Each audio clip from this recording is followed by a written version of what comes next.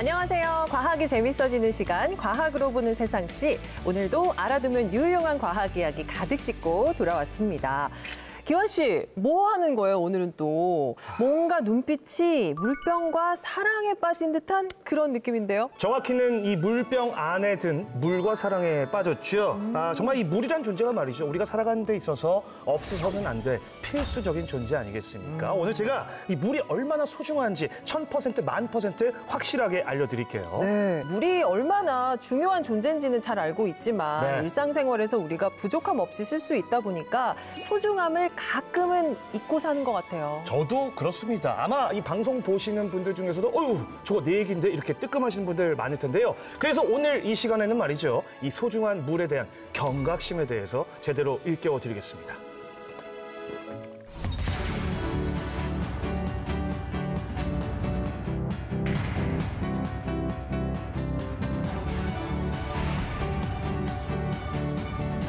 기후변화로 인해 홍수와 가뭄이 번갈아 발생하는 강우의 양극화 현상이 발생하면서 수자원 안정성이 위협받고 있습니다.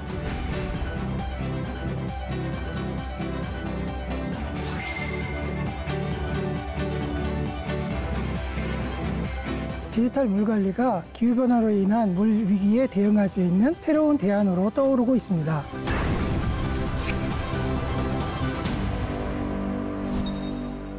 기후변화가 물의 위기를 넘어서 재앙을 가져오고 있습니다. 이대로 재앙의 후폭풍을 맞을 것인지 이제부터라도 제대로 대비할 것인지 살펴보는 시간 마련했습니다. 두 분 나와주셨는데요. 직접 소개 부탁드릴게요. 안녕하세요. 충남대학교 지역환경토목학과에서 수리환경 분야 강의를 맡고 있는 교수 안현욱입니다. 반갑습니다. 네, 안녕하십니까. 저는 K워터 연구원 경영연구소장 유문현입니다. 만나서 반갑습니다. 반갑습니다. 그렇습니다. 네. 지구촌 곳곳이 극한 가뭄으로 또 폭우로 인해서 큰 피해를 입고 고통받고 있습니다. 맞습니다. 이제 최근 들어서 극심한 가뭄과 또 폭우에 동시에 시달리는 걸 일컬어서 새로운 말 그대로 신조어가 나타났더라고요. 기후 채찍질. 제가 이 말하면서도 뭔가 제가 막 채찍질을 당하는 기분이라서 조금 무섭기도 한데 이게 어떤 내용입니까, 교수님? 기후 채찍질은 기후변화로 인해서 극심한 폭우와 그리고 가뭄이 번갈아 일어나는 기후 이상 현상을 말하는데요. 네네. 전 세계 대도시 약 15% 정도가 이 극심한 기후 이상 현상인 기후 채찍질을 겪고 있다고 합니다. 이러한 급격한 기후 이상 현상은 도시의 물순환 체계 그리고 물관리 인프라에 심각한 부담을 주게 돼서 기후변화에 대한 취약성을 더욱 증가시킬 수 있다고 하는데요. 네. 예를 들어 보면 최근 1월 미국에서 발생한 대규모 산불 사상을 들 수 있는데요.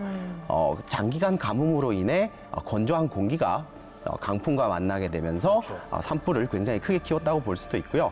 그리고 우리나라의 경우에 최근 발생한 대형 사상 최대의 산불 사태로 일컬어지는 이 산불 사상도 역시 가뭄으로 인해 발생한 건조한 공기가 강풍과 만남으로 인해서 대규모 산사태 사고로 커졌다고 볼 수도 있습니다. 그리고 작년 4월 말에 브라질 남부 지역에서 발생한 홍수 사상도 역시 큰 이상기후로 인한 사태라고 볼 수도 있는데요. 기록적인 폭우와 강우로 인해서 천여 명의 사상자 그리고 42만 명의 이재민이 발생했다고 합니다. 이와 같이 급격한 기후변화로 인해서 과거보다 더욱 심한 가뭄과 그리고 홍수가 발생하고 있는 것 같습니다. 이게 뭐 전 세계적으로 정말 난리가 나는 것 같은데 우리나라의 경우도 보면 이제 폭우 피해가 굉장히 심했다는 말이죠. 제 기억에는 작년에도 비가 진짜 어마어마하게 왔었잖아요. 맞아요. 그동안 좀 어떤 일들이 있었는지 한번 우리 소장님께서 짚어주시겠습니까? 우리나라의 강우 패턴도 이제 그 빈도가 강해지고 또 내리는 강도가 세지는 이런 형태로 바뀌고 있습니다. 네. 작년 7월 달에 한 달 동안에 그 파주시에서 873mm 정도 왔었고요. 또 부여군에는 809mm가 내렸습니다. 군산 어청도라고 하는 곳이 있는데 이곳에서는 1시간 동안 146mm가 내리는 아주 강한 비가 왔었습니다. 이 우리나라의 1년 강수량이 한 1,300mm 정도 되거든요. 요거를 한번 생각을 해보시면은 거의 절반이. 예, 얼마나 많은 비가 단시간에 많이 내렸는가 이렇게 알 수가 있을 것입니다. 예. 이 외에도 재작년에 있었던 그 수력발전댐인 괴산댐이 원료하는 사건이 있었습니다. 이 원료라고 하는 것이 뭐냐면 댐의 물이 댐체를 위를 넘어서 흐르는 그런 사건을 얘기하는데요. 이것은 그만큼 이제 댐이 가둘 수 있는 물 양보다 들어오는 유입량이 훨씬 더 많았기 때문에 네. 그 발생하는 사건이었습니다. 이제 괴산댐의 설계 홍수량이라고 이제 물을 담아둘 수 있는 양이 있는데 초당 2,711톤 정도를 이렇게 버틸 수 있는 그런 규모입니다. 근데 그때 당시에 그 유입된 양이 2,820톤 정도 초당 네. 이렇게 그 들어왔기 때문에 이게 댐이 붕괴될 수 있는 그런 위험성이 굉장히 높았던 그런 그 사건도 있었습니다. 예. 그리고 뭐 다들 잘 아시다시피 2022년에 있었던 그 강남역 침수 사건. 네, 네. 이거는 대표적인 도시 홍수라고 볼 수 있습니다. 그때 정말 그 유명한 좀 짤들, 이게 좀 웃픈 짤인데 핸드폰하고 차 위에서 막 그런 네, 것도 있었잖아요. 그렇습니다. 이제 이때는 강남에 그 141mm 정도가 급격하게 오는 바람에 이제 강남의 그 저지대가 침수돼서 이렇게 피해가 컸던 이런 사건입니다. 문제는요, 이런 대형 폭우만으로도 피해가 상당히 큰데 네. 극심한 가뭄까지 동시다발적으로 일어나고 있다는 거잖아요. 네, 맞습니다. 전 세계적으로 보다 광범위한 그리고 보다 장기간으로 이어지는 가뭄이 더욱 빈번하게 발생을 하고 있는데요. 네. 유럽의 예를 들어보면 유럽에서는 지난 2020년부터 계속 극심한 가뭄이 이어지고 있습니다. 이렇게 광범위한 가뭄이 지속적으로 이어지게 된다면 농업 생산량에 크나큰 타격을 받게 되기 때문에 유럽연합 전체가 공동으로 총대응을 하기도 했습니다. 네. 남미에서도 24년 극심한 가뭄을 겪었는데요. 콜롬비아의 경우에는 에콰도르로 수출하는 전력 생산을 일시 중단하기도 했고요. 에콰도르의 경우에는 전체 전력 생산량의 약 75% 정도를 수력 발전으로 생산을 하고 있습니다. 전력 생산에 큰 차질을 빚었기 때문에 강제로 공무원들이 휴무에 들어가기도 했습니다. 이처럼 기후변화로 인한 가뭄에 따라서 농업 생산량 감소뿐만이 아니라 에너지 수급에도 큰 차질을 빚고 있는 상황입니다. 네. 근데 이제 요즘 문제가 되는 게 그 정도가 너무 이제 좀 극단적이다 보니까 야, 이거 보고 있자니 이거 이러다가 정말 지구 망하는 거 아닌가 이런 생각이 좀 들 정도예요. 제가 좀 너무 과하게 생각을 하는 걸까요, 소장님? 어떻습니까? 네. 이제 보통 극심한 가뭄이라고 하면은 6개월 동안 비가 오지 않거나 아니면 그 식물이나 토양에서 그 매우 높은 수준의 증발이 일어나는 그런 경우를 극심한 가뭄이라고 하는데 네. 그 영국의 의학 저널인 란셋 카운트다운 보고서라고 있습니다. 이 보고서에 따르면은 지난 2023년에 전 세계의 3분의 1 정도인 30% 정도가 3개월 이상 이어지는 극심한 가뭄을 경험했다라고 발표를 하고 있습니다. 근데 이게 1980년도에는 약 5% 정도였다는 거를 비교를 해보면 가뭄이 얼마나 많이 발생하고 있는지 또 굉장히 증가하고 있는지를 우리가 알 수가 있고요. 이렇게 가뭄이 발생을 하면은 근본적으로 식수 문제도 이제 문제가 되지만은 위생 문제나 또는 장기적으로는 이제 식량 안보 문제 그렇죠. 이런 문제들이 위험해지고 있습니다. 뭐랄까 기후 변화로 인해서 초래되는 문제들이 굉장히 많은 건데 저는 이제 교수님께 좀 우리 건강과 관련한 질문을 좀 드려보고 싶어요. 그러니까 아무래도 이제 가뭄이 들면 당연히 농사가 안 되고 그럼 농작물이 다 말라 죽고 결국에는 우리 먹을 게 없는 거잖아요. 그러면 우리 이제 인류의 생존과도 이게 좀 직결이 안 될 수가 없는 건데 자 그렇다면 이런 극심한 기후 변화와 우리 인류의 건강 이 어떤 좀 상관관계가 있을까요? 당연히 매우 깊은 상관이 있습니다. 세계적인 의학 저널 란셋에서 발행한 란셋 카운트다운 보고서에 보면 기후변화가 인류의 건강에 미치는 영향은 아주 기록적인 수준에 달했다고 합니다. 하나 예를 들면 1990년대에 비해 지난해 기준으로 약 1억 5천만 명 정도가 가뭄으로 인해 농작물 부족으로 영양실조를 겪고 있다고 합니다. 아니 진짜요? 그렇게 많아요? 네. 믿을 수 없는 숫자겠지만 사실이라고 합니다. 그리고 또 하나는 65세 이상 노인 인구 중에 더위로 인해 기후변화로 인한 더위로 인해 사망자도 90년대에 비해 약 167%나 증가했다고 합니다. 기후변화로 인해 강우가 더 많이 오고 있기 때문에 모기를 매기로 인해 감염되는 바이러스 관련 문제도 증가하고 있다고 하는데요.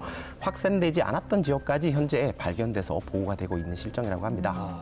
네, 그러니까 무분별한 물 사용으로 인해서 인류의 건강까지 위협받고 있는 건데요. 그 어느 때보다도 물 관리가 아주 중요해 보입니다. 체계적이고 스마트한 물 관리 과연 어떻게 되고 있을까요? 네, 현장에 나와 있는 김기환입니다. 현재 대전, 충남 대부분 지역에 강한 비구름대가 유입되면서 시간당 50mm 이상의 폭우가 쏟아지고 있습니다. 금강 하류일 때는 이미 하천 수위가 급격히 상승 중이고 일부 저지대는 침수 피해가 우려되는데요. 자, 특히 세종공주 부여 일대 주민들께서는 외출을 자제해 주시고 지자체의 안내에 따라 대피를 준비해 주시기 바랍니다. 자, 말씀드리는 순간 지금 전화 연결이 들어왔는데요. 네, 여보세요? 아, 금강본부 방류 상황이요? 아니, 그 물이 방류되면 얼마나 잠길지 그걸 어떻게 알아요? 아, 그걸 알 수 있는 방법이 있다고요? 알겠습니다. 네, 제가 바로 직접 확인을 해봐야 될 것 같습니다. 가보시죠. 이야, 아유, 안녕하십니까? 예, 안녕하십니까. 저 일단 자기소개를 한번 좀 부탁드리겠습니다. 안녕하세요. 저는 한국수자원공사의 김진곤 차장입니다. 일단은 이 공간이 너무 지금 뭐랄까 스케일이 크고 그래서 딱 압도가 되더라고요. 이게 도대체 뭐 하는 곳입니까? 이곳은 전국에 있는 수자원 시설물에 대해서 24시간 모니터링하고 시설물 운영을 위한 의사결정을 하는 곳입니다. 근데 듣지 않으니까 이번에 이 수자원공사에서 개발한 그 신기술이 있다고 얘기를 들었어요. 네. 아마 디지털 트윈 기술을 말씀하시는 것 같은데요. 디지털 트윈은 현실 세계에 있는 물 관리 상황을 디지털 가상 공간으로 복제를 하고 가상 세계에서 미리 확인을 하고 현실 세계에 반영하는 그런 기술입니다. 자, 어찌됐건 중요한 건 백문이 불여일견 아니겠습니까? 그쵸. 그 디지털 트윈 기술 저희에게 한번 직접 보여주시죠. 저희 빅보드에 있는 디지털 트윈을 지금 띄워놓았고요. 아, 이게 디지털 트윈 그 자체입니까? 예, 그렇습니다. 대전에 위치한 대청댐을 중심으로 해서 물 관리를 어떻게 이제 디지털 트윈에서 확인하는지 간단하게 설명을 좀 드리겠습니다. 예. 지금 대청댐의 수위를 먼저 저희들이 확인을 조금 해야 됩니다. 지금 여기 그래프를 보시면은 이 파란색 선이 대청댐의 상황입니다. 그리고 주황색 선이 대청댐으로 들어오고 있는 물의 양을 의미를 합니다. 지금 많은 비로 인해서 대청댐에 많은 물이 지금 들어오고 있고 또 하류 지역의 피해를 방지하기 위해서 최대한 대청댐에서 물을 저류하다 보니 지금 수위가 급상승하는 것을 확인할 수가 있습니다. 저기에서 저 댐이 얼마만큼 물을 더 저류할 수 있는지 실시간으로 이제 시뮬레이션하고 그걸 통해서 의사결정을 하게 됩니다. 와, 아까 말씀하신 대로 우리 한국수자원공사는 전국을 관리하는 거잖아요. 네네. 다른 지역도 한번 좀 보고 싶은데 어떻게 좀 볼 수 있을까요? 저희가 대청댐에서 방류를 했을 때 영향을 받는 하천이 금강 본류가 있습니다. 네네. 요 하단에 이제 대청댐이 위치하고 있고요. 예. 이제 금강이 이렇게 이제 보시는 것처럼 흘러서 서해로 이제 흐르게 됩니다. 그래서 파란색은 수위가 낮은 안전한 상태가 되겠고요. 빨간색은 수위가 너무 높아서 홍수 상황에 다가온 그런 상황을 의미하고 있습니다. 그러니까 즉 범람 위기다. 예, 범람. 앞에서 보셨던 이 색깔을 이 그래프에서도 확인하면 이제 빨간색으로 수위가 상당히 높은 것들 확인하실 수가 있습니다. 아니, 이게 저렇게 딱 한눈에 보여지니까 네네. 굉장히 좀 효율적이다라는 생각이 드는데. 디지털 트윈의 강점 중에 하나가 저희들이 필요한 데이터들을 디지털 가상 세계에서 저희들이 선택적으로 볼 수 있다는 것들이 하나의 강점이기도 합니다. 디지털 트윈에서는 또 어떤 정보들을 파악할 수 있나요? 댐 방류로 인해서 영향을 받는 시설물들이 있습니다. 뭐 하천의 고수부지라든지 교량이라든지 뭐 공사장이라든지 이제 이런 정보들은 홍수기가 시작되기 전 한 2월부터 한 4월까지 조사를 합니다. 실측을 하세요? 예. GPS 장비를 가지고 또 드론을 이용을 해서 현장을 촬영을 하고 또한 360도 영상 카메라를 통해서 사무실에서도 이제 현장을 보는 것과 같이 확인할 수도 있습니다. 저희들은 그것을 확인을 하고 필요하게 되면은 지자체나 관리기관에 연락을 해서 어떤 대피 조치, 출입 차단 조치 이제 이런 부분들을 진행을 하게 됩니다. 근데 사실은 제가 그 금강본부 방류 상황을 듣고 지금 여기 온 거거든요. 혹시 금강 상황도 좀 저희가 알 수가 있을까요? 네, 금강본부가 저희 상황실에 연결이 되어 있습니다. 어디 있어요? 예, 한번 보도록 할게요. 네, 여기는 금강본부입니다. 디지털 트윈 기술 평소에 좀 어떻게 활용하고 계신가요? 저희는 평소에도 수위 조정, 유량 관리, 수질 검사 등 기본적인 운영을 하면서 비상 상황에 대비한 모의 훈련과 현장 점검도 정기적으로 실시하고 있습니다. 자, 그럼 실제 비상 상황에서 이게 어떻게 좀 효과가 좀 있나요? 실시간 데이터 기반으로 판단할 수 있게 되면서 과거보다 훨씬 빠르고 정확하게 대응할 수 있습니다. 필요할 경우 도로 통제나 주민 대피 같은 조치를 빠르게 준비할 수 있습니다. 네, 정말 든든합니다. 그 앞으로도 우리 국민들의 안전 열심히 좀 지켜주십시오. K-워터 파이팅! 화이팅!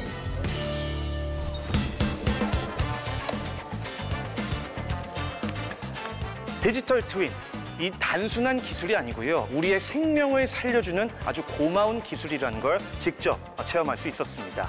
이 덕분에 갑작스러운 폭우 속에서도 누군가는 차분하게 또 동시에 똑똑하게 대응할 수 있었던 거죠. 다음 주에 기도식이 있네요.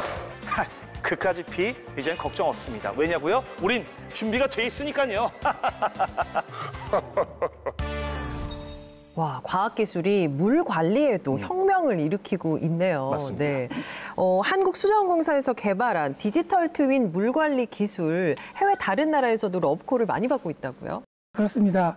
이제 최근 물 관리에도 이렇게 스마트 기술들이 많이 활용되고 있습니다. 예. 저희 한국수자원공사에서는 디지털 트윈 물 관리 플랫폼인 디지털 가람 플러스라고 하는 것을 개발했습니다. 디지털 가람 플러스라고 하는 것은 현실 세계를 이제 가상 세계로 복제를 해가지고 그렇죠. 똑같이 만든 다음에 거기서 시뮬레이션을 해볼 수 있는 그런 그 플랫폼이라고 보시면 되겠습니다.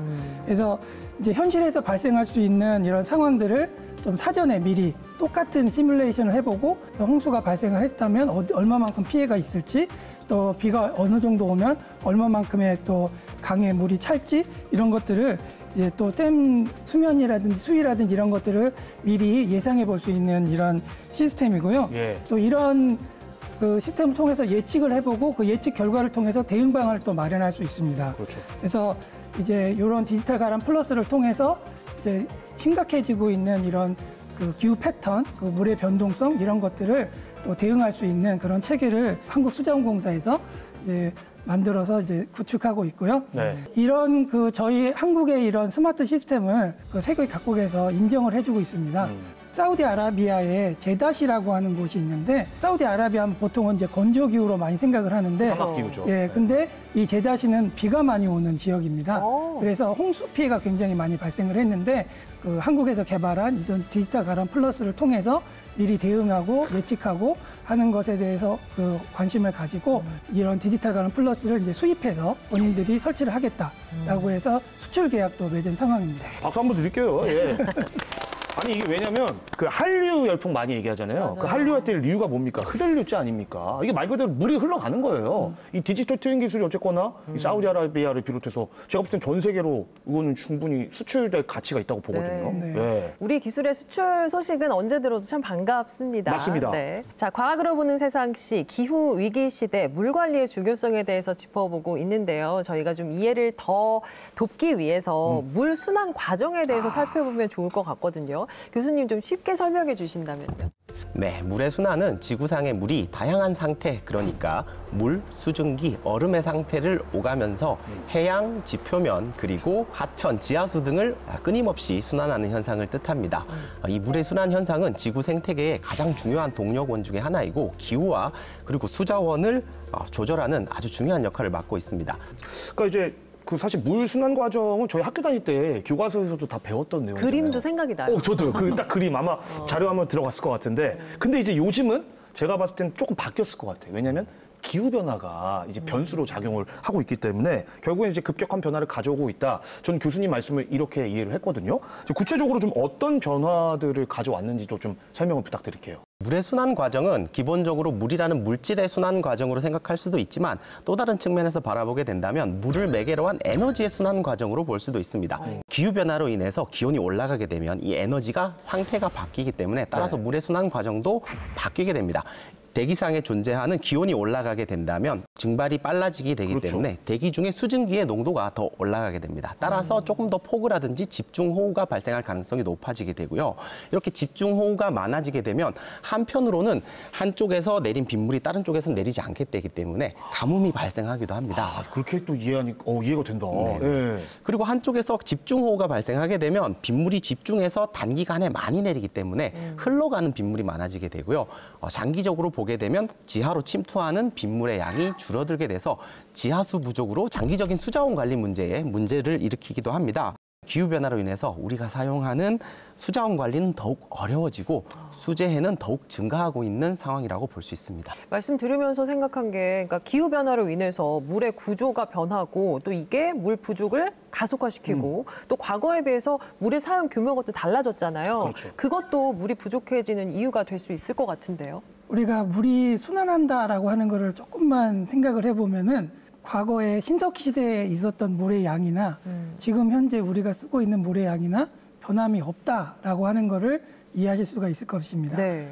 이 말은 결국은 물의 총량은 정해져 있다.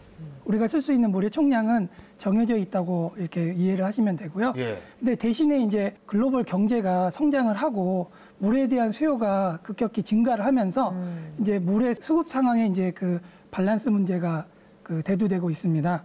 이제 우리나라 같은 경우에도 이제 1960년대 이후에 지금까지 물 수요가 2배 정도 지금 증가한 상황이고요. 또 최근에 대두되고 있는 AI라든지 그 첨단 산업, 반도체라든지 이런 산업 분야가 다른 기존의 산업 분야보다 훨씬 더 많은 물을 사용을 하거든요. 그렇다면서요. 그래서 물의 수요가 굉장히 급격하게 지금 늘어나고 있는 상황입니다. 이제 우리나라도 그 과거의 경제 성장기에 이런 그 물의 공급을 확보하기 위해서 이제 물의 인프라에 투자를 지속적으로 해왔습니다. 네. 근데 이제 2000년 이후를 넘어가면서 이런 물의 인프라에 대한 투자가 조금씩 감소하기 시작했거든요. 그래서 우리나라에서 가지고 있는 물의 공급량이 좀 정체 상태에 있습니다. 이에 반해서 계속해서 경제는 발전하고 그렇죠. 또 인구도 증가하고 하면서 물의 수요가 급격하게 늘어나면서 이제 물의 수요와 물의 공급의 그런 균형 문제, 이런 문제가 그 대두되고 있습니다. 그래서 세계 자원연구소라고 하는 곳이 있는데 이 보고서에 따르면은 이제 2100년도까지 우리 지구의 온도가 한 맥시멈 2.4도까지 올라간다고 가정을 했을 때 2050년도에 되면은 10억 명의 인구가 네. 물이 부족한 상황에 직면할 거라고 그 발표를 하고 있습니다. 우리가 이렇게 물이 부족한 것이 예상되기 때문에 향후에 이렇게 물을 어떻게 우리가 확보하고 관리할 것인가 이런 게 굉장히 중요한 문제로 대두되고 있습니다. 이 두 분의 과학적인 설명을 들으니까 또 그 설명을 통해서 최근의 현상들을 바라보니까 말이죠. 말 그대로 물 흘러가듯이 정리가 잘 되는 것 같습니다. 역시 과학이 보이고 과학이 즐거워지는 시간. 여러분께서는 지금 스치기만 해도 물 흘러가듯이 과학 전문가가 되는 과학으로 보는 세상 C와 함께하고 계십니다.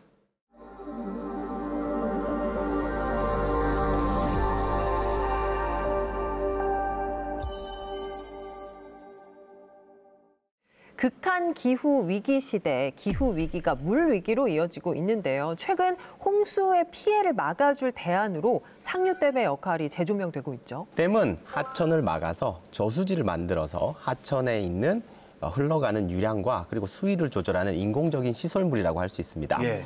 따라서 하천에 있는 수자원을 관리할 때 매우 중요한 시설물이라고 할 수 있는데요. 문제는 우리나라 수자원의 경우 상당 부분 이 하천수에 의존을 하고 있습니다. 근데 문제는 우리나라 하천의 경우에는 많을 때와 작을 때 유량이 굉장히 큰 차이가 발생합니다. 하천을 기준으로 유량이 가장 많을 때와 작을 때 유량의 비를 우리는 하상계수라고 이야기를 합니다. 하상계수. 이 하상계수가 우리나라의 하천의 경우 평균적으로 약 300 정도 됩니다. 이게 무슨 말이냐면 가장 적을 때에 비해서 유량이 가장 많을 때 약 300배 정도나 많이 물이 흐른다는 거죠. 외국의 큰 하천들이랑 비교해 보면 프랑스의 세느강의 경우에는 약 10 정도, 그리고 독일의 라인강의 경우에는 14, 그리고 이집트의 나일강의 경우는 이 하상계수가 약 30 정도 됩니다. 상당히 큰 거네요, 우리나라가. 네, 외국의 대표적인 강들과 비교해서 아주 많이 이 하상계수가 크고 유황이 불균형하다고 볼 수 있고요. 따라서 우리나라 하천은 홍수 대응과 수자원 관리 측면에서 매우 어려운 상황인 것을 알 수 있습니다. 네. 이러한 측면을 생각할 때 하천에서 흘러가는 유량을 조절할 수 있는 이런 댐과 같은 인공적인 시설물들은 홍수 관리와 그리고 수자원 관리 양쪽 측면에서 필수적이라고 할 수 있습니다. 그러니까 이제 댐을 건설하는 목적 중에 하나는 이제 수력 발전을 통해서 우리가 이제 필요한 에너지를 만드는 데 또 있지 않습니까? 이 원리가 또 좀 궁금하긴 한데 이때 이제 좀 나와야 되는 게 뭐 위치 에너지, 운동 에너지 뭐 이런 거 아닙니까? 예. 네, 잘 알고 계시네요. 그럼요. 예. 네, 댐을 좀 에너지 관점에서 보면은 댐은 큰 위치 에너지를 가지고 있다고 보시면 되겠습니다. 그러니까 물이라고 하는 것은 높은 곳에서 낮은 곳으로 흐르는 그런 성질을 가지고 있거든요. 네. 그래서 물의 높은 위치 에너지를 이제 운동 에너지로 바꿔서 전력을 생산하는 것, 이것이 수력 발전이라고 보시면 되겠습니다. 물의 위치 에너지가 아래로 이제 내려오면서 그 수력 발전의 터빈을 돌리게 되고 이 터빈을 통해서 전기가 생산이 되고 생산된 전기가 송전선을 통해서 각 그 가게에 이렇게 전달되는 그런 체계로 되어 있습니다. 용수 확보나 이런 단일 목적 댐들이 있습니다. 딱 한 가지 목적을 가지고 있는 댐들이 있는데 이 댐들과는 달리 다목적 댐이라고 하는 댐이 있습니다. 그렇죠. 이 다목적 댐은 경제성을 좀 중요시 여기거든요. 그래서 다목적 댐들은 대부분 다 이런 수력 발전소를 가지고 있습니다. 이 대전 근처에 있는 그 대청댐을 보시면 대청댐도 다목적 댐이기 때문에 수력 발전소를 가지고 있거든요. 이 대청댐은 연간 한 201기가와트 정도 전력을 생산하고 있고 이거를 이제 우리가 좀 그 석유로 좀 환산을 해보면은 중유의 일종인 벙커CU라고 하는 게 있는데 이게 한 30만 드럼분에 해당하고 이를 통해 가지고 한 연간 한 41억 원 정도 대체 효과를 발생한다고 보시면 되겠습니다. 그런데 이 댐을 통한 수력의 장점이 하나가 더 있습니다. 전기의 단점 중에 하나가 뭐냐면 저장을 못 한다는 데 있거든요. 그렇죠. 그래서 많은 과학자들이나 그 연구자들이 그 전기를 좀 저장할 수 있는 대용량 저장 장치를 개발하는 데 노력을 많이 하고 있습니다. 그런데 이 전기를 대용량 저장 장치에 집어넣을수록 이 압력이 세지기 때문에 열이 많이 발생을 하고 거기서 불이 날 가능성이 굉장히 큽니다. 그럼 안 되죠. 그렇습니다. 그래서 이런 것 때문에 굉장히 그 고민을 많이 하고 있는데 우리가 댐을 생각해 보면은 댐은 언제든지 물을 저장해 놨다가 필요할 때 그 수력 발전을 통해서 전력을 생산할 수 있다는 장점이 있습니다. 그런 측면에서 유럽에서는 댐을 가장 안전한 환경적 그 전력을 생산하는 저장 장치라고 이야기를 하고 거기서는 우리는 이제 댐이라고 얘기를 하지만 유럽에서는 워터 배터리라고 이야기를 합니다. 워터 배터리. 너무 배터리. 제가 발음이 너무 좋았습니다. 유학하시건. 네, 그래서 그 유럽에서는 이렇게 댐을 신재생 에너지원으로 많이 활용하고 있습니다. 워터로토리. 대청댐을 제가 바람 쐬러 잘 가거든요. 누구랑요? 친구들이랑 가죠. 확실해요? 같이 갈래요? 근데 앞으로는 바람만 쐴 게 아니라 소중한 곳이구나라는 거를 좀 알고 가야겠습니다. 다음에 같이 가요, 기환 씨. 알겠습니다. 시간 봐서요. 네, 점점 가속화되고 있는 극한 기후 위기 시대를 맞아서 우리의 물그릇을 지키는 지혜로운 방법이 무엇일지 고민하고 길을 찾아야 할 때입니다.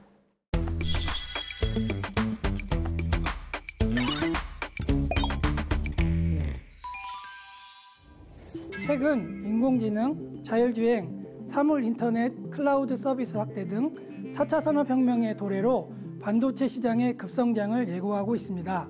반도체 생산에서 웨이퍼를 세정하기 위해 다량의 물이 사용됩니다. 따라서 세정 공정에 사용하는 물도 불순물이 거의 없어야 합니다. 고도의 정제 공정을 거쳐 물속에 포함된 이온, 유기물, 미생물 등 불순물들을 극히 낮은 수준으로 억제하여 이론적 순수에 접근시킨 물, 즉 전기 전도도가 제로에 가까운 물을 의미합니다. 이러한 물을 초순수라고 합니다. 그래서 초순수는 반도체의 재료 중에 꽃이라고 불릴 만큼 핵심이라고 할 수 있습니다. 이러한 초순수는 이론적인 화학식인 H2에 가장 가까운 물로 반도체, 2차 전지, LCD 등 첨단 산업에 주로 사용될 뿐만 아니라 화학, 제약, 식품 가공, 화장품 등 다양한 산업 분야에 광범위하게 사용되고 있습니다. 초순수는 전처리, 순수처리, 초순수 처리의 총 3단계의 처리 공정을 거쳐 생산되며 20에서 30개의 다양한 수처리 공정이 포함돼 물속의 불순물을 제거합니다. 첫 번째 단계인 전처리 단계에서는 각종 부유물, 이산화탄소 등을 제거해 고도 정수 처리 수준으로 처리합니다. 두 번째 단계인 순수 처리 단계에서는 자외선 산화, 탈기 공정을 통해 가스, 유기물, 이온의 대부분을 제거해 이 과정을 통해서 98%의 불순물이 제거됩니다. 마지막 과정인 세 번째 초순수 처리 단계에서는 한회 여과 공정이 사용되며 물속의 가스, 유기물, 이온을 완전히 제거하여 초순수를 생산하게 됩니다. 특히 설계 분야는 일본 기업이 국내 시장의 100%를 점유하고 있으며 소부장의 경우 일본이 우위를 점하고 미국, 유럽 등에서 추격을 하고 있는 상황입니다. 초순수 관련 특허 출원 부분에서도 전체 출원의 56%를 일본이 차지하고 있으며 절대적인 기술 우위를 선점하고 있는데 반해 우리는 4.9%에 그치고 있습니다. 따라서 우리나라 산업의 가장 큰 비중을 차지하는 반도체 산업의 지속적인 성장을 위해서도 일본 등 해외 기술 의존성이 높은 초순수 생산 기술의 자립화가 필요합니다. 우리나라는 2024년 SK 힐트론의 초순수 실증 플랜트를 구축하여 설계, 시공, 운영 기술 100%, 핵심 기자재 70%를 국산화하여 반도체 공정에 국산 초순수를 공급하는 데 성공하였습니다. 이를 계기로 미국, 일본, EU 등 해외 기업이 주도하던 초순수 시장에 국내 기업이 진출할 수 있는 발판이 마련되어 반도체 산업뿐만 아니라 첨단 산업의 경쟁력도 크게 강화하였습니다. 우리나라는 2031년 초순수 플랫폼 센터를 구축하여 초순수 전문 인력 양성과 초순수 분야 물기업 육성 및 고부가가치 물산업인 글로벌 초순수 시장 해외 진출을 계획하고 있습니다. 기후변화가 불러온 물 위기로 앞으로 25년 내에 전 세계 식량 생산량의 절반 이상이 위험에 처할 수 있다. 이런 경고까지 나오고 있습니다. 무섭네요. 이런 그 물의 위기론과 함께 물산업이 더 중요해지고 있죠. 이 차세대 미래 국가 동력으로 꼽히고 있는 이 물산업. 자, 교수님, 이 물산업이 앞으로 얼마나 성장할 거라고 보십니까? 저희 좀 구체적인 수치 이런 거 좀 좋아합니다. 환경부에서 발간한 2024년 물산업 통계조사 결과에 따르면 물산업 사업체 수는 1만 8,075개로 전년도보다 약 3%가 증가했다고 합니다. 매출액은 총 50조 9,970억 원으로 전년도보다 약 2.6% 증가했습니다. 국내 총생산 2,400조 정도를 비교를 해보면 약 2.1%를 차지하는 수준이라고 할 수 있고요. 글로벌 물산업 시장을 살펴보면 2028년까지는 약 1,705조 원 정도의 규모에 이를 것으로 예상이 되고 있습니다. 네. 아직까지 한국이 글로벌 물산업 시장에서 차지하고 있는 비율은 약 4% 정도로 그렇게 크다고는 할 수 없습니다. 그래서 향후 글로벌 시장 확대에 발맞춰서 장기적인 국내의 물산업 성장에 대한 전략이 필요한 상황이라고 할 수 있습니다. 네. 앞서서 소장님께서 설명해 주신 한국수자원공사의 디지털 트윈 물관리 플랫폼처럼 이제는 물 관리도 스마트한 방법으로 진화하고 있는 것 같은데요. 그럼요. 주로 어떤 기술들이 쓰이고 있나요?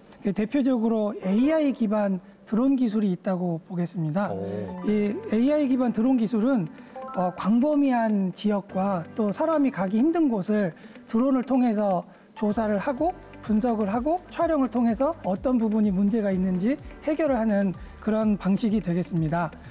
이제 이런 드론 기술은 오형망원 통합 감시 이거 외에도 댐이나 수자원이나 또 인프라 관리 또 디지털 트윈 구축에도 폭넓게 사용되고 있습니다. 그래서 이를 통해서 이제 수자원의 인프라의 디지털 트윈을 구축하고 가상 환경에서 시설의 변화도 예측할 수 있고 최적의 관리 전략을 마련할 수 있습니다.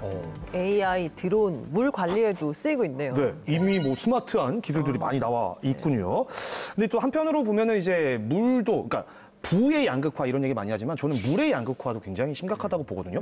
어느 한쪽에서는 말 그대로 정말 물을 물 쓰듯이 펑펑 쓰고 어느 쪽은 물이 부족해가지고 먹을 물도 없을 정도이니까요. 그래서 아마 해외 국가들도 이런 물 관리에 있어서 굉장히 정말 총력을 다해서 관리를 하고 있을 것 같은데 교수님 혹시 좀 저희가 참고할 만한 사례 같은 게 있을까요? 대표적인 사례로는 미국의 캘리포니아 주를 들 수 있을 것 같습니다. 캘리포니아 주는 2020년도부터 극심한 가뭄을 광범위하게 겪고 있는데요. 그래서 캘리포니아 주정부는 가뭄 비상사태를 선포를 했고요. 수도 공급 업체들에게는 각 가정에게 약 10%에서 20%까지 수도 공급을 낮추라는 지시를 했습니다.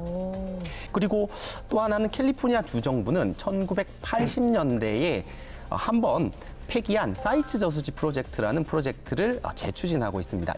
큰 댐을 막아서 인공적인 저수지를 구축을 해서 약 18.5억 톤의 가량의 물을 저장을 해서 수십만 명의 사람들에게, 시민들에게 공급하는 계획인데요. 이게 어느 정도 규모예요? 8.5억 톤이라고 하면 국내 다목적 댐으로는 약 3번째 정도, 대청댐보다 조금 더 큰 대청댐이 약 15억 톤 정도에 해당을 합니다.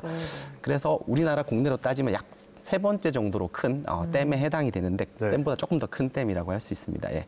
근데 이 프로젝트 1980년대에는 환경 문제도 있었고 예산에 대한 문제도 물론 있었고 그리고 무엇보다 물 수요에 대한 수요가 거기까지 많아질까라는 우려로 인해서 한번 중단이 됐던 프로젝트인데요.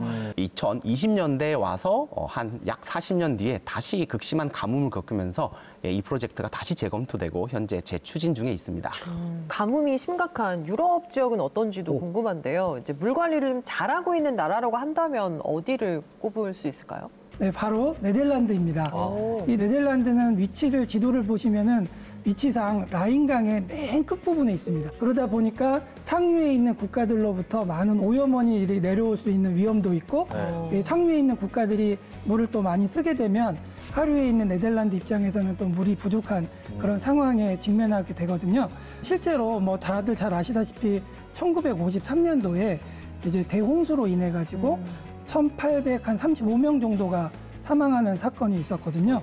이를 통해서 이 네덜란드는 장기적으로 댐과 제방 이런 것들을 만들면서 홍수 관리에 총력을 추진하였습니다. 이러면서 개발한 기술이 델타 기술이라고 하는 것을 개발을 했고요. 이 델타 기술이 이제 치수나 홍수에 굉장히 유용하다는 것이 증명돼서 이 델타 기술로 이제 세계 여러 나라의 홍수나 치수를 방어하는 그런 기술로 수출을 하고 있습니다. 네, 좋습니다. 네덜란드의 지금 사례에 대해서 우리 소장님 말씀해 주셨고 혹시 교수님 또 추가로 소개해 줄 만한 유럽 사례 뭐 있을까요? 유럽에서는 라인강이라고 하는 대표적인 큰 강이 있습니다. 예. 이 라인강은 스위스 알프스에서 발원을 해서 스위스뿐만 아니라 독일, 네덜란드, 프랑스 등 많은 나라를 지나가고 있는데요. 일반적으로 이런 큰 강들이 여러 나라를 지나갈 경우 이 수자원 관리라든지 환경 관리가 매우 어렵다고 할 수 있습니다. 왜냐하면 한 나라가 장기적인 목표를 가지고 관리를 해 나감에도 불구하고 다른 나라가 같이 동참해주지 않으면 이런 관리가 매우 어려운 상황이기 때문입니다. 그렇죠. 근데 1950년대 산업화와 도시화가 급격히 진행이 되면서 이 라인강에 극심한 환경 문제가 발생을 합니다. 네. 그래서 이런 라인강을 지나가는 유럽 여러 국가들이 다 같이 협심을 해서 라인강 보존 국제위원회를 설립을 해서 현재까지 라인강을 잘 관리하고 있는 상황이라고 할 수 있습니다. 수자원 관리의 중요성을 모두 인식하고 있다는 거겠죠. 그렇죠. 그리고 이제 우리나라도 궁극적으로 그걸 좀 잘 참고해야 되겠고요. 그러니까 결국에는 이제 현재 우리나라도 뭐 국가적으로 이 물 관리 정말 체계적으로 잘 하고 있지 않습니까? 어떤 부분에 조금 중점을 두고 관련 정책이나 혹은 관련 사업을 좀 진행하고 계신지도 좀 궁금하거든요. 최근에 이렇게 기후변화가 심각해지고 물의 변동성이 심각해짐에 따라서 종합적으로 물을 관리해야 될 필요성이 대두되게 됐습니다. 그래서 이제 2021년에 우리나라에서 통합적으로 세운 종합 계획이 하나가 있는데요. 네. 국가 물관리 기본 계획이라고 하는 것입니다. 과거와는 달리 이 국가 물관리 기본 계획은 자연과 인간이 함께 누리는 생명의 물이라고 하는 것을 비전으로 잡았습니다.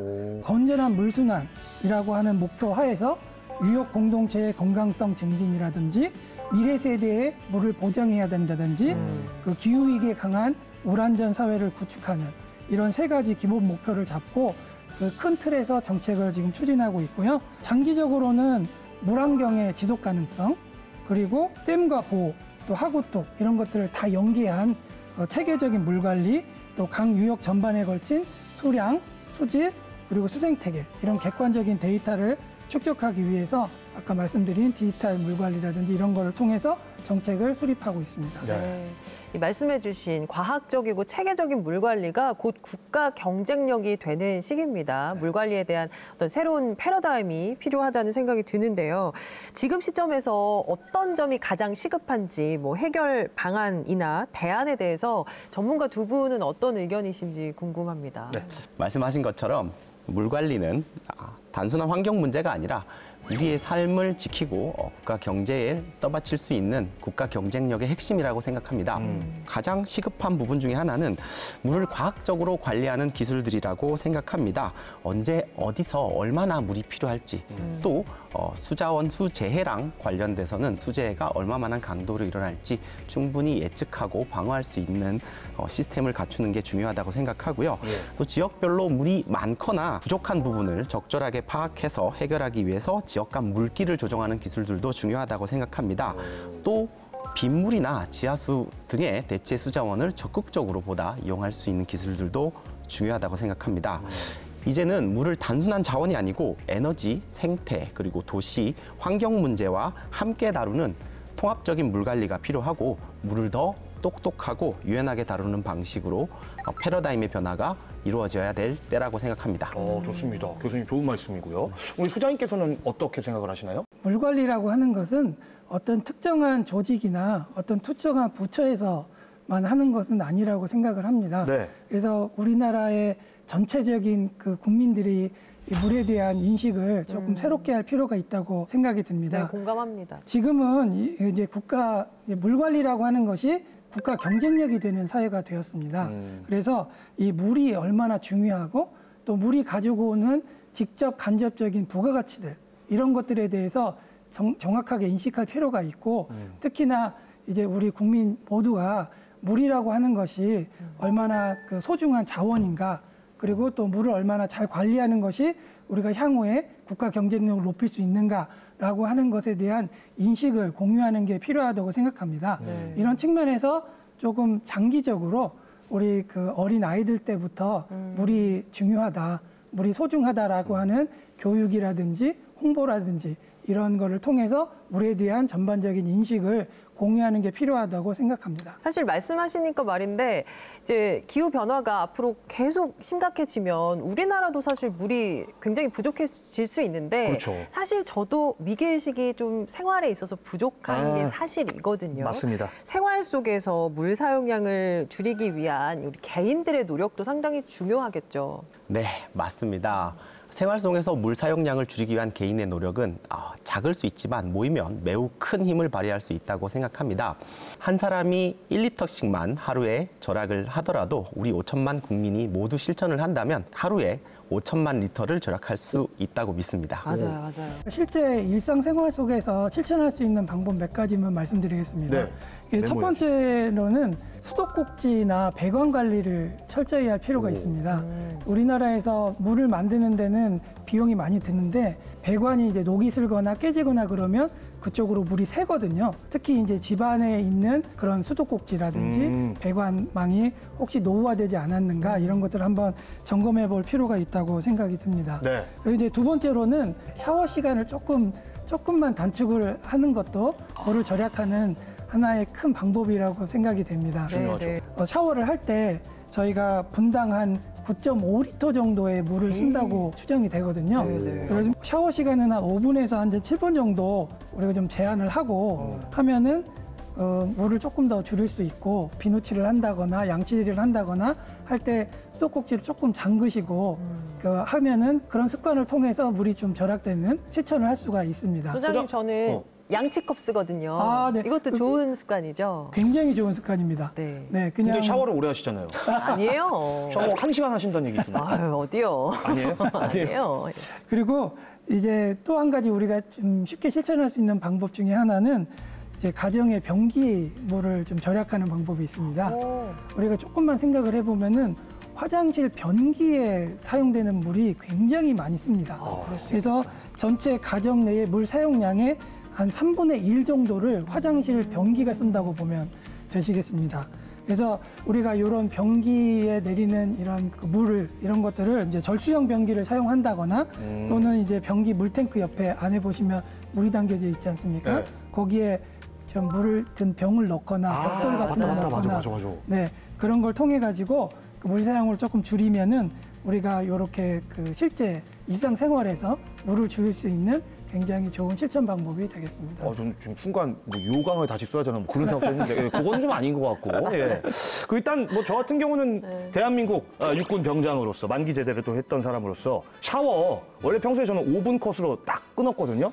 오늘 지금 소장님 말씀 들으니까 앞으로는 한 3분 컷 도전해 보도록 하겠습니다. 네, 좋습니다. 말씀하신 것들 저도 좀 잘 생각을 해서 생활에서 한번 실천을 해보도록 하겠습니다. 네. 네, 인간의 생명과 직결되는 안전한 물의 확보, 물의 중요성에 대한 인식의 전환이 필요한 때네요.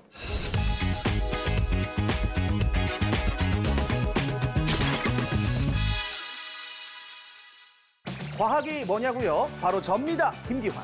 과학과 한 몸이 된 저와 함께 흥미진진한 과학의 세계로 가보실까요? 김기환의 과학 이수다. 우주 어딘가에 생명체가 있을까요?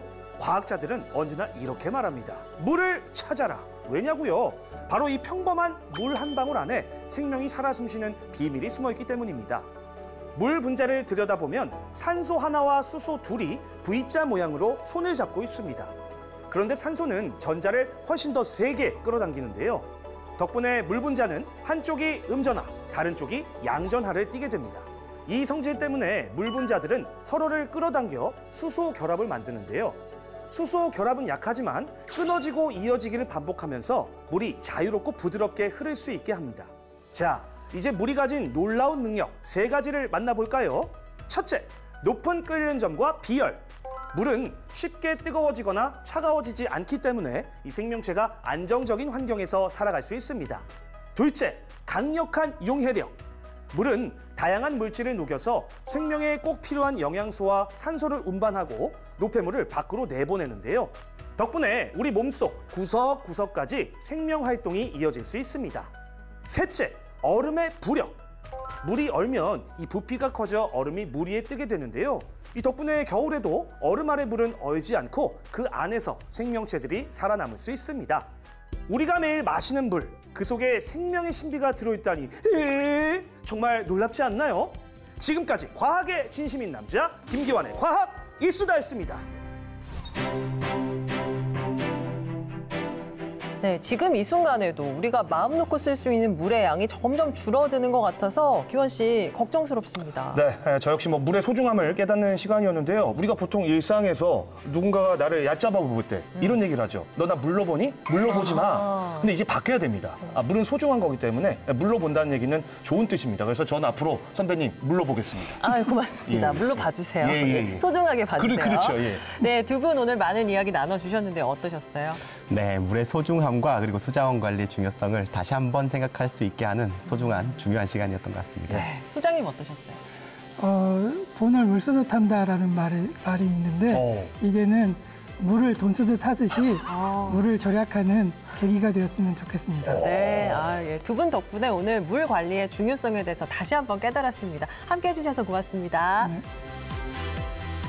네, 저희는 다음 시간에 더 유익한 과학 이야기 들고 찾아오겠습니다. 과학이 보인다. 과학이 즐거워진다. 스치기만 해도 당신 과학 전문가. 과학으로 보는 세상. 씨!